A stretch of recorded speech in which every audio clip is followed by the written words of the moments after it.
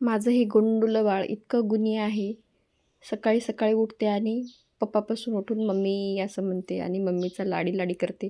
नाहीतर रडी-रडी करते. पण हे एक गोष्ट मला बरी आहे, की खाऊ-पिऊ घालण्यासाठी मला तिच्या मागं फिरायची गरज नाही.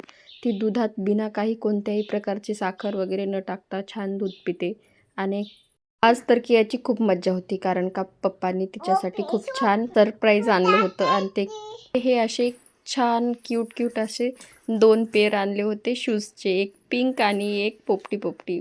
कोणत्याही लहान लेकराला दुसऱ्याच्या चप्पल घालायला खूप आवडतात. माझ्या कियाला पण तशा खूप आवडतात. ती मम्मीच्या दिसल्या चपल्या, पप्पाचे दिसले शूज की पायात घालून कितीही मोठे असो, चालता येईना तरी पण घालून फिरते आणि मग पप्पाला पण दम पडते का?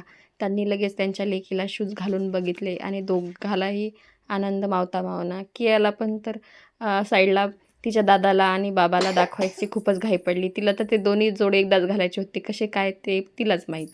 दोन्ही पण मला घालायचे असे म्हणत होती. मग तिच्या पप्पाने तिच्या पायात घातले एकदाचे शूज आणि तिने लगेच उतरली आणि तिच्या दादाला दाखवायला निघाली.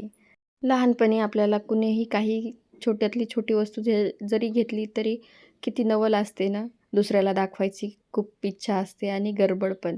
तशीच माझ्या कियाला पण दाखवायची खूप गडबड आणि तिला तर ते शूज खूप आवडलेले बघून तिच्या पप्पाला पण खूप आनंद झाला आणि हे बघा ते चिडवायला लागली त्यांना, की मला किती छान शूज आहेत. ती साईडची दीदी तिला मागायला गेली तर तिला नाही म्हणली आणि ती तिचे स्वतःच लेस बांधायला लागली. दिविजा आता समोर सरकण्याचा आणि थोडंसं रांगण्याचा प्रयत्न करायली. दोघी बहिणी मस्त छान खेळत बसल्या आणि मी आज कियाची ही अशी छान अशी क्यूट हेअरस्टाईल पाडली.